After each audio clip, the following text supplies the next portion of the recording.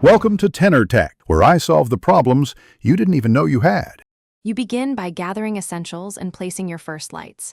Put a bright key light at about 45 degrees to your face and slightly above eye level. This sculpts depth and reduces flatness. Once done, add a fill light opposite the key at roughly 1/2 intensity to soften shadows without removing them.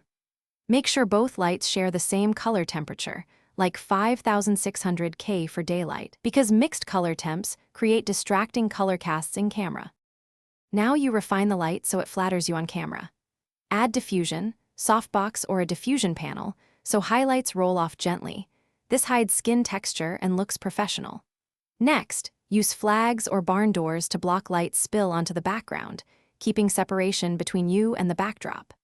Then tweak the intensity ratio between key and fill to roughly 2:1 or 3:1, depending on how dramatic you want the look, because contrast controls mood and perceived depth.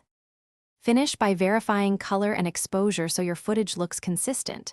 Do a white balance using your camera or a gray card and check skin tones in live view. Once done, set exposure. Use the histogram and avoid clipped highlights. Zebras off means you're safe. If anything looks wrong, troubleshoot by turning lights off one at a time to identify the culprit, then fix color temp or reposition the fixture. Finally, do a short test recording and watch full screen to confirm everything reads well. Thanks for watching. Subscribe to keep your life in tune.